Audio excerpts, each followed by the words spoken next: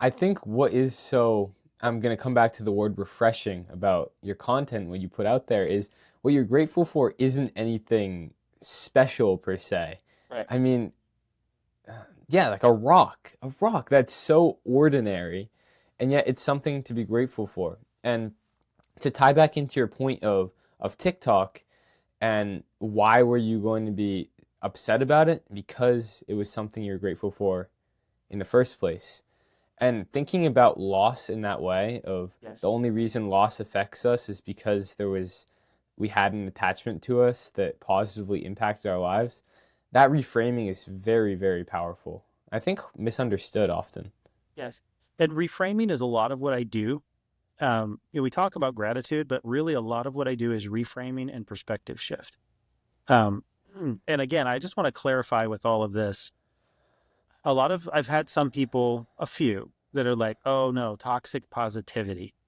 Um, okay, like I love that that's even a thing. Like I just love that, and that we're actually more willing to be critical of toxic positivity than we are toxic negativity. Like we're so used to negativity that like we're gonna be negative about positivity. Like I just love that.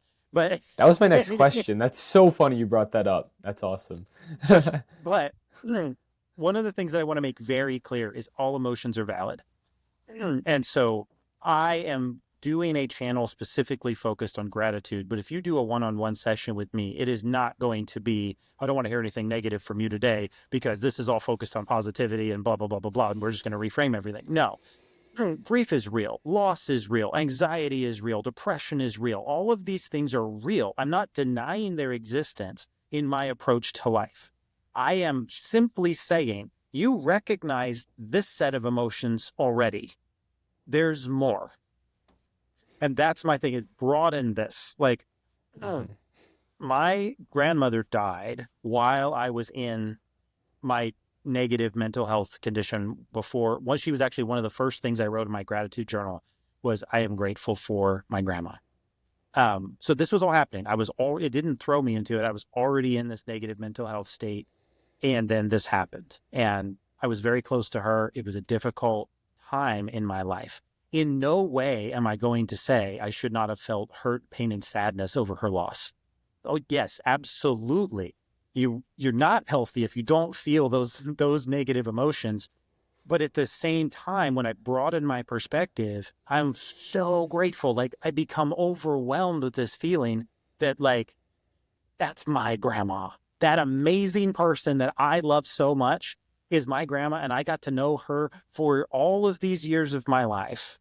And I have so much to look back and be grateful for in spite of the loss, during the loss, while I'm still feeling the grief, while I'm still feeling the pain. I can also just expand it. I can also be grateful for those things.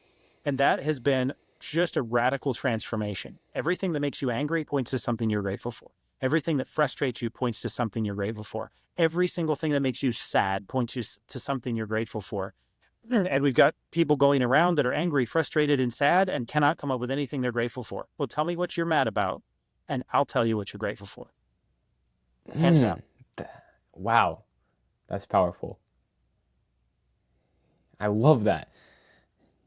Everything that we feel anger towards is just a reflection of what we're grateful for. That's huge.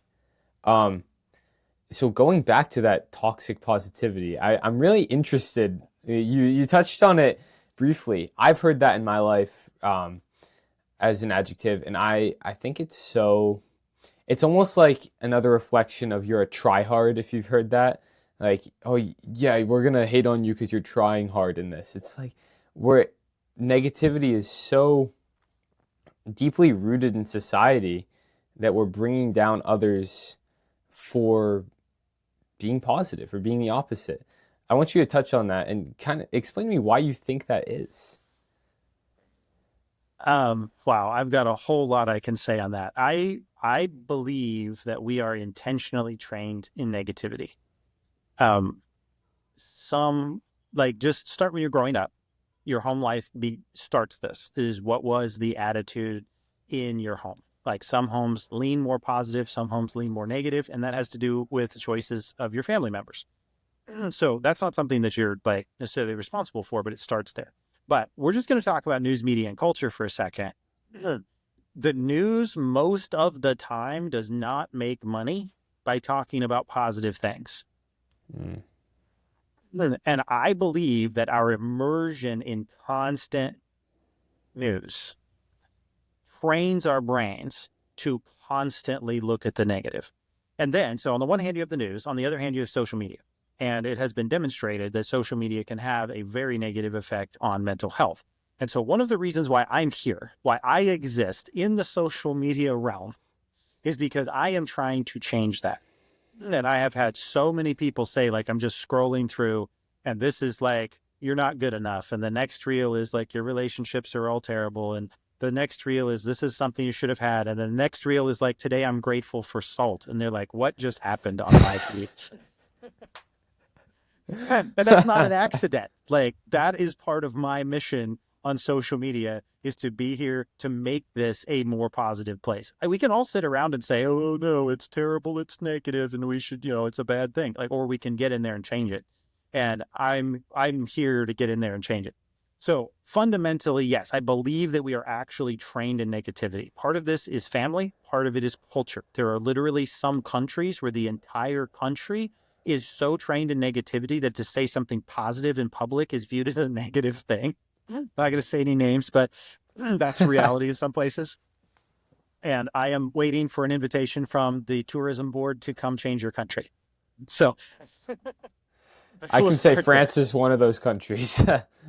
Having lived there for a year, France is definitely one of those countries. So let's do this, France.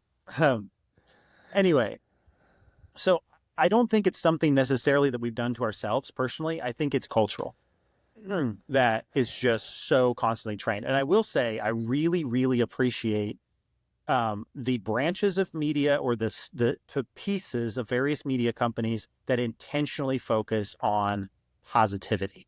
And I've been interviewed by some larger news medias specifically because of my positive outlook on life. And I appreciate that that is there. But I'll give you an example, a perfect example of what I'm talking about. So I'm reading headlines, and this was during the wildfires in California, which very terrible situation, threatening homes, threatening lives, so much loss going on. And the whole country is focused on these fires in California and concerned what's going on and all of that. We've got firefighters coming from other countries to help us fight this fire, which, by the way, I would say is just an amazing thing to be grateful for in the midst of that. But the news has us focused on the negativity. There's whole sections of towns burning down. There's people that are dying, animals, like everything's being affected. We've got all this firefighting, and they just cannot get these fires under control. And then after however long of this, it starts to rain. It starts to rain. And you know what the headlines on my phone changed to? The rain in California will cause, is going to be acid rain and will cause flooding, avalanches, landslides. Like, everything was negative. There was not a positive headline about that rain that showed up on my feed. And honestly, it made me upset, because we're over here trying to rescue a whole section of the country from burning to the ground. Firefighters are literally putting their lives on the line. And finally, we get the one thing we need from nature, which is rain. And all the news media is like, it's a bad thing. But it's the perfect example of how trained we are in negativity.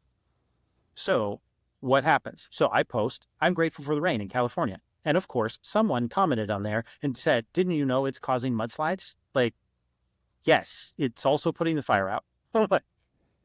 Can we be grateful at all? But we're Right. just so trained in it. We're so trained that it becomes culturally appropriate to speak negatively.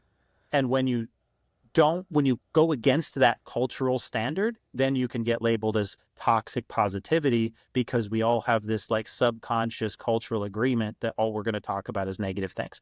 But that's trained, frankly, by media and cultural interaction. And I intend to change that. You just finished watching a clip from the Grateful podcast with David Lorimer from Today, I'm Grateful. If you liked it, you can find the full episode by clicking right here. Come on, click it. It's really good.